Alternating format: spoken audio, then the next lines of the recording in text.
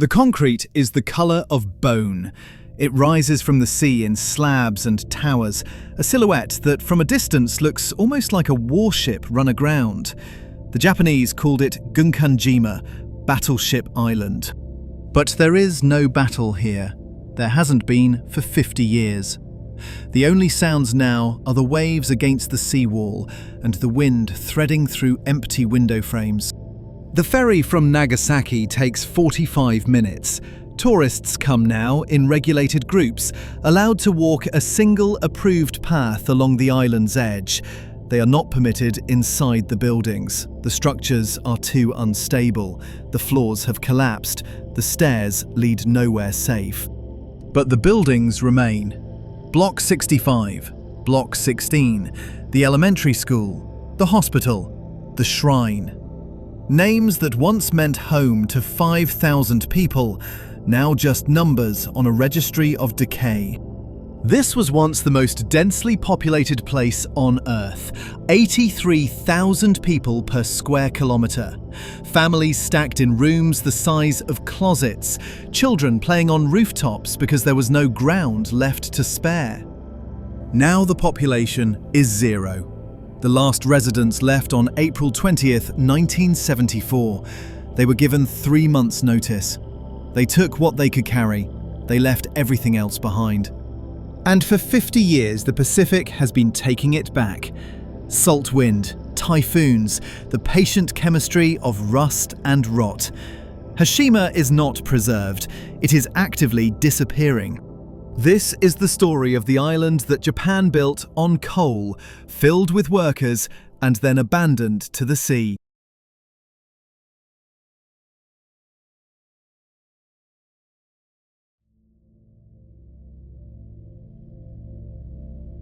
In 1810, the island had no name worth recording. It was a reef, barely breaking the surface, a hazard for fishing boats, nothing more. 400 meters long, 120 meters wide, a strip of rock 15 kilometers off the coast of Nagasaki. What changed everything lay beneath the water. Coal. Black seams of it, extending from the Japanese mainland out under the sea floor. In 1887, a mining company began extraction. By 1890, Mitsubishi had purchased the island outright. The problem was simple. There was nowhere to put the miners. The island was too small for housing, too exposed for safety. The solution would reshape the rock itself. Mitsubishi began building seawalls, massive concrete barriers that expanded the island's footprint into the ocean. They filled the spaces behind with mining slag and rubble.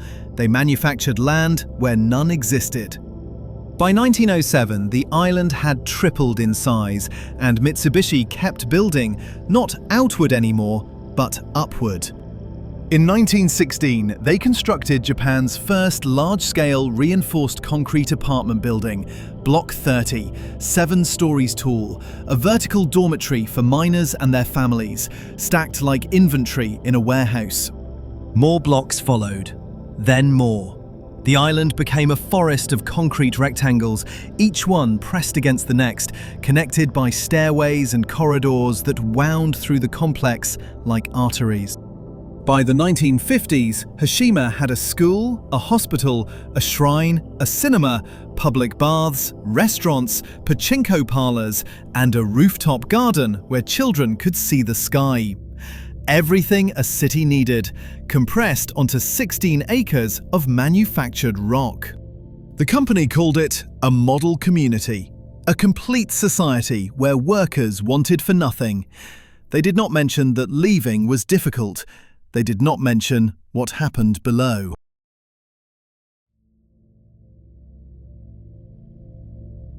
At its peak in 1959, Hashima held 5,259 residents. The island's total area was 6.3 hectares. This produced a population density that remains one of the highest ever recorded in human history. The apartments were small. A family of 4 might share a single room of 10 square meters, roughly the size of a parking space. Cooking happened in shared hallways. Bathing happened in communal facilities. privacy was a memory of the mainland. The buildings were designed for efficiency, not comfort.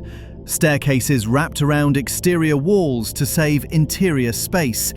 Corridors were narrow enough that two people passing had to turn sideways. Every square meter served a purpose. Children grew up in the corridors. They played on the stairs, on the rooftops, in the narrow alleys between buildings where sunlight barely reached. The island had no parks, no playgrounds, no fields. There was simply no room. The rooftops became gardens and gathering spaces, the only horizontal surfaces not already occupied by buildings. Residents grew vegetables in containers. They hung laundry from lines strung between water tanks. The school sat at the island's southern end. Students could see the ocean from their classroom windows, an endless horizon that stopped abruptly at the seawall's edge. For many children born on Hashima, the mainland was a place their parents described, not somewhere they had been. Teachers reported that students struggled when they eventually transferred to mainland schools. The scale confused them. The open spaces felt threatening. They had learned to navigate vertically through stairwells and corridors. Horizontal distance was foreign. The hospital occupied the island's highest ground, 3 stories of medical facilities serving a population with predictable ailments. Respiratory problems from coal dust, injuries from the mines, vitamin deficiencies from limited diets. The Shinto shrine stood near the center, its torii gate looking out over the concrete maze. Residents came to pray for safety in the mines, for healthy children, for the strength to endure another day in a city that never stopped pressing inward. Life on Hashima was not comfortable, but it was stable. The company provided housing, employment, community. The wages were higher than mainland alternatives. For many workers, the trade was acceptable. What made the wages necessary was what waited beneath the buildings. The reason the island existed at all: the coal.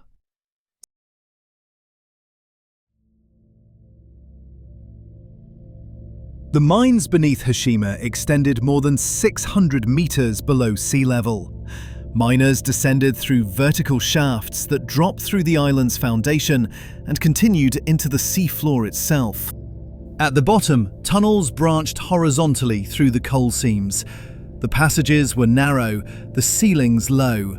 Workers crawled through sections where standing was impossible, chipping at coal faces in temperatures that exceeded 40 degrees Celsius. The ocean was always present. It pressed against the tunnel walls, seeping through cracks, pooling in depressions. Pumps ran constantly to keep the passages clear. A mechanical failure meant flooding. Flooding meant death. Methane accumulated in the deeper passages, invisible, odorless, explosive. Miners carried safety lamps that would flicker in the presence of gas. Sometimes the warning came too late. Between 1890 and 1945, the historical record suggests over 1,000 workers died in the Hashima mines. Cave-ins, explosions, drownings, falls. The exact number remains uncertain. Records from certain periods are incomplete. The incompleteness is not accidental. During the war years between 1943 and 1945, Mitsubishi brought Korean and Chinese workers to Hashima. They did not come voluntarily. Conscripted labourers lived in separate quarters, received lower rations, and worked the most dangerous sections of the mine. They were not permitted to leave. The island's isolation, once an engineering challenge, became a feature. When Japan surrendered in August 1945, some conscripted workers attempted to swim to the mainland, 15 kilometers through open ocean. The currents around Hashima are unpredictable. The water is cold. Not all of them made it. In 2015, Hashima was designated a UNESCO World Heritage Site as part of Japan's Meiji Industrial Revolution. Korean officials protested. They argued the designation ignored the island's history of forced labor. The dispute continues. The mines themselves are now flooded and inaccessible. The ocean has reclaimed what the pumps once held back. 600 meters below the surface, the tunnels have returned to silence and salt water.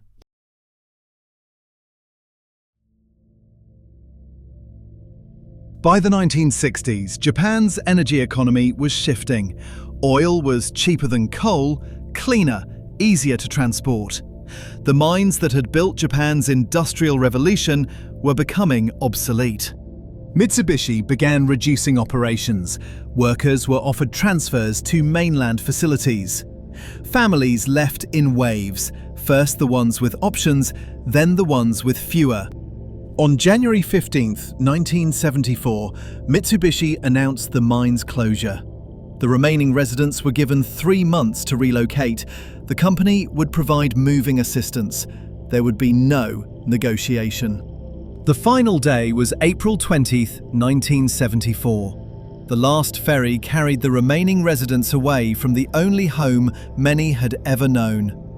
They left behind furniture too large to move, appliances too heavy to carry, photographs too painful to take. The company did not plan to preserve the island. There was no budget for maintenance, no vision for reuse. Hashima was simply closed, locked, abandoned, and left to the elements. The buildings began deteriorating within years. Without maintenance, concrete cracks, water enters, rebar rusts and expands, pushing the concrete apart from the inside. The process is called spalling. It is consuming Hashima. Typhoons accelerated the damage. Hashima sits exposed to the Pacific, absorbing the full force of storms that the mainland's geography deflects. Windows shattered, roofs collapsed. Entire sections of buildings fell into the alleys below. The vegetation came next. Seeds carried by birds took root in the debris. Trees now grow from apartment balconies. Vines cover entire facades. The concrete forest is being consumed by an actual one. For decades, the island remained officially off-limits. Journalists and urban explorers sometimes made unauthorized landings, documenting the decay. Their photographs circulated online, building Hashima's reputation as the world's most photogenic ruin. In 2009, limited tourist access was permitted. A single concrete path was constructed along the island's southeastern edge. Visitors can view the buildings from a distance. They cannot enter. The restriction is not merely precautionary. Structural engineers have assessed the remaining buildings. Many could collapse without warning. The floors have rotted through. The stairways hang from corroded supports. To enter is to risk burial.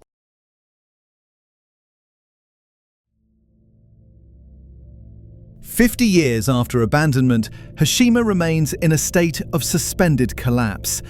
It is not being demolished, it is not being preserved, it is simply being watched as it falls apart." The Japanese government has considered stabilization efforts. The cost estimates are prohibitive. To save the buildings would require reinforcing each one individually, an investment the crumbling concrete does not justify. So the island waits. Each typhoon season removes more material. Each year the structures settle further into themselves. The seawall still holds, but even that is showing strain. The ocean is patient. Researchers estimate the major buildings have perhaps 30 to 50 years before total collapse. By the end of this century, Hashima may return to something like its original state, a bare rock stripped of its human additions. What remains now is a museum without curators, a city without citizens. The artifacts of daily life, shoes, dishes, magazines, toys, still sit in the buildings where they were left, slowly composting into the debris. The school still has desks in its classrooms. Textbooks decompose on the floors, their pages fused together by moisture. The chalkboards still show traces of the last lessons, ghostly figures beneath decades of mold. The hospital still has beds in its wards, Medical equipment rusts in operating rooms that will never again see patients. The stethoscopes and syringes and surgical tools remain, waiting for doctors who relocated to the mainland and grew old there. The shrine still stands, though its roof has partially collapsed. The Torii Gate still marks the entrance. Offerings left by recent tourists sit beside offerings left in 1974, the new and old equally weathered now. Hashima was never meant to be permanent. It was built to extract a resource, and when the resource was exhausted, the city became irrelevant. The workers were an input, the buildings were infrastructure. Neither had value beyond their function. But the people who lived there, the children who played in the corridors, the workers who descended into the dark each morning, the families who made lives in 10 square meter rooms, they remember. Some return on the tourist ferries. They stand on the approved path and point at windows. They name buildings that have lost their designations. They cannot enter their former homes. The structures are too dangerous. The island asks nothing of its visitors. It makes no arguments about legacy or memory or justice. It simply continues its slow-motion collapse, indifferent to interpretation. But the questions remain. In the coal seams beneath the ocean, in the dormitories where conscripted workers slept, in the choices that built a city on a rock and then walked away from it. The ferries still come from Nagasaki. Tourists photograph the ruins. They post the images online, where algorithms circulate them to strangers who have never heard of this place. And the concrete keeps falling, block by block, room by room. The battleship is sinking, and no one is coming to save it. Some collapses are sudden. Hashima's is not. It is a collapse measured in decades, in typhoon seasons, in the slow oxidation of rebar and the patient work of salt and rain. The island waits. The ocean waits.